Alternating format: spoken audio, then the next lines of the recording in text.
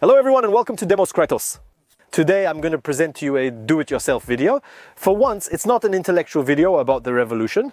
It's something a bit more laid back. I've been watching videos for weeks and weeks of people who are self-sufficient in nature with their little houses. 2 or 3 solar panels filtering rainwater into drinking water, all those kinds of things. And today I wanted to try building a solar panel system to see if it's something anyone can do that could allow us to be truly self-sufficient. Or if it's much more complicated than I thought. I'm not handy at all, so if I manage to do it, pretty much anyone should be able to set up a solar panel system. It's a nice little video. I want to show you the system I made. And in the coming weeks, you'll see much more important videos on the channel. Big reports on agroforestry, on a sanctuary in Switzerland that welcomes animals rescued from slaughterhouses, and an interview about criticism of the city. Anyway, there are a lot of big projects coming up, and I want to thank everyone who supports us on Taipei. Thanks to you, we funded these big projects coming in the next few weeks. And in the meantime, a short video where I'm going to show you the solar panel system. A small important point. I'm absolutely not a professional, so I might say some things that are wrong or imprecise. I'll leave the comment section for you to correct me. And so we can all learn together how to build our solar panel systems and be energy independent. We'll see that right away. For the solar panels, I bought these two directly from Germany because they're much more advanced than we are when it comes to renewable energy. Most qualities you seek in solar panels are often German. We have two, each 12-5-100W8A. That gives us 200 watts of power, enough for many tasks. We'll see more soon. And then I made a small wooden stand behind them to tilt them at 37 degrees because that's the best angle to capture the most light. I decided to connect my two panels in parallel, meaning I connected them together. The negative terminal of the first panel to the negative terminal of the second, and the positive terminal to the positive terminal of the second. On the second panel, I reconnected electrical cables leading to the charge controller and then the batteries, which we will see in a moment. The advantage of this system is that we will maintain the voltage. We're still at 12 volts, but we double the amps. So we go from 8 to 16 amps at 12 volts for the two solar panels, 16 amps. That's fine. We're not concerned since our cables easily handle 16 amps. We could also have connected these two panels in series, so we would have connected the positive terminal of the first panel to the negative terminal of the second, and the other two terminals would have gone to the charge controller and the batteries. I'll put the diagrams on the screen for you, so you'll better understand how to make these connections. It's a bit complicated when you're not actually an electrician. The advantage of connecting in series instead of parallel is that it doubles the volts, not the amps. So we'll stick with 8 amps at 24 volts, which means we might need smaller cables since we have fewer amps. And the 24 volts will be adapted to the batteries later. For this test, we decided to stick with 12 volts, so our whole system is running on 12 volts. It's a choice. I'll put plenty of links in the description so you can understand why 12, why 24, why series, why parallel, all that. And we'll look at the charge controller by following our little white cable there that's connected.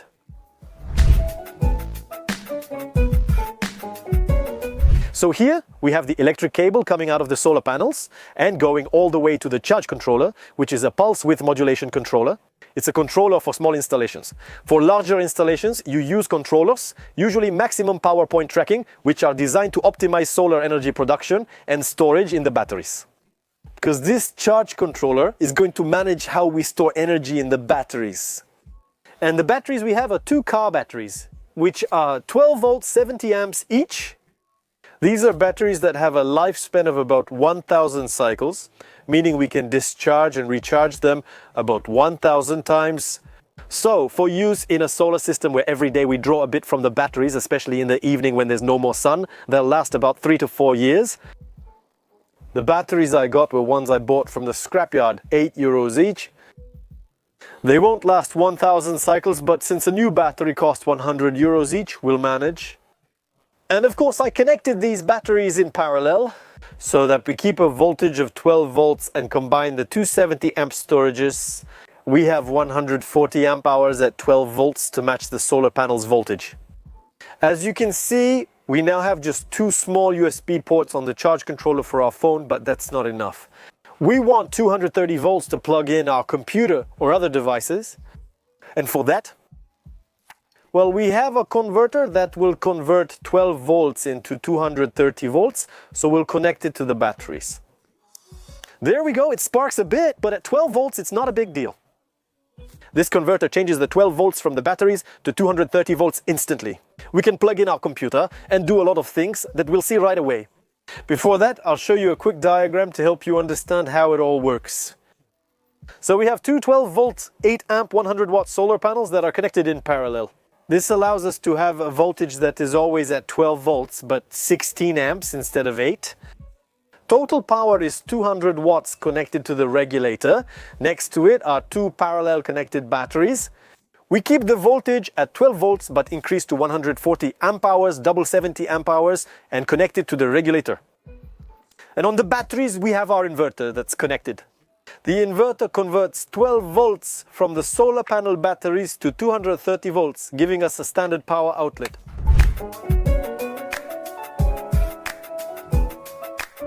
Now we come to the question of production. What kind of energy do we actually get with this whole system? The panels were supposed to be 200 watts, but they're actually about 190 watts peak. And here in Macon, we're in a region where we get about 1,100 hours of sunlight per year. So we'll take our 190 watts peak times 1,100 hours of sunlight. That gives us 209,000 watt hours produced per year, knowing that a kilowatt hour costs 15 cents when we buy it from Électricité de France. So here we have about 30 euros worth of electricity produced per year. The installation cost me 300 euros, so it will pay for itself in 10 years. The solar panels last 25 years. The batteries, as I mentioned, were scrap at 8 euros each. You'll need to replace them often or buy new ones for 100 euros each. So economically, it will take a bit longer to pay for itself. But for us, what interests us isn't really knowing if we're making the most money doing this. Are we traders? No, what we want to know is whether this gives us energy independence. What can we actually power with this system? Well, for that, we'll need to calculate how much it produces on average per day to get a typical day and see what we can power. So the panel then, we said 209,000 dubbok per year. Divided by 12 months, that's 17,416 watts per month, or 580 watts per day over 30 days.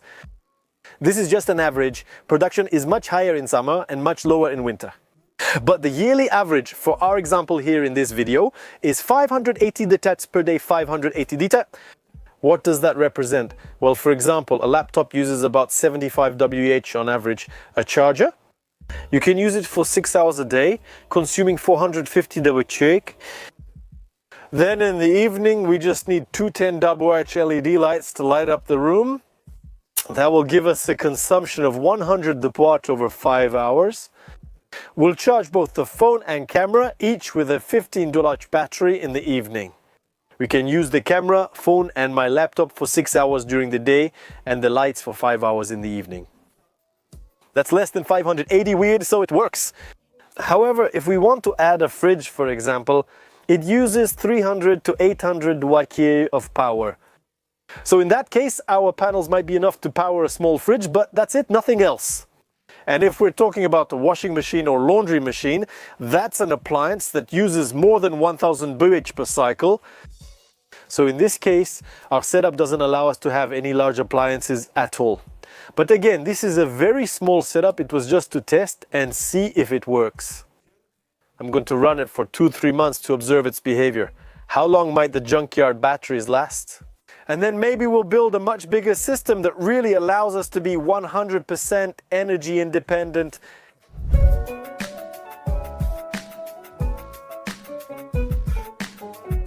In conclusion, our small solar panel system works well. I have to admit I struggled to set it up, even with my father, an electrical technician, helping. Now I have some independence and can keep publishing videos on demos Kratos, which is most important. But you'll probably tell me in the comments that solar panels aren't really eco-friendly. And yes, I've asked myself that question many times. Solar panels contain rare earth elements. There is still lead in the batteries, but the panels and batteries are now 100% recycled. So we're dealing with something that is, we are trying to control and reduce the ecological impact of this type of energy production. Most importantly, we have a crucial technological innovation. We have panels that are being invented which will not use rare earth elements.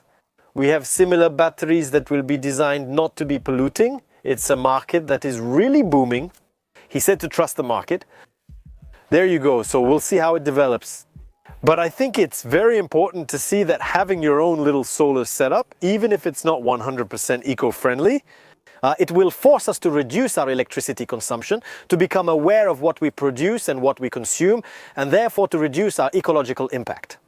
So even if the panels and batteries are polluting, with my little system, it's going to considerably reduce the pollution that I produce, compared to if I stayed on regular electricity with Électricité de France or incumbent local exchange carrier and kept consuming without thinking about it. So there you go. I wanted to make this video to show you that yes, you can actually build a solar panel system yourself. It's doable. It's complex and takes weeks to understand. The watts, kilowatts, volts and amps, it's all worth it. And I think we've got something to have a bit of independence, and that's very important. On the channel, we'll discuss it again in upcoming videos over the next few weeks. Independence, reducing our impact on the planet, and above all, living in coexistence with the living world. There you go. I hope you enjoyed this video. Feel free to share it, discuss it with me in the comments of this video, and explore it further. Above all, subscribe so you don't miss the upcoming very interesting videos. Thanks everyone. See you soon on Demos Kratos.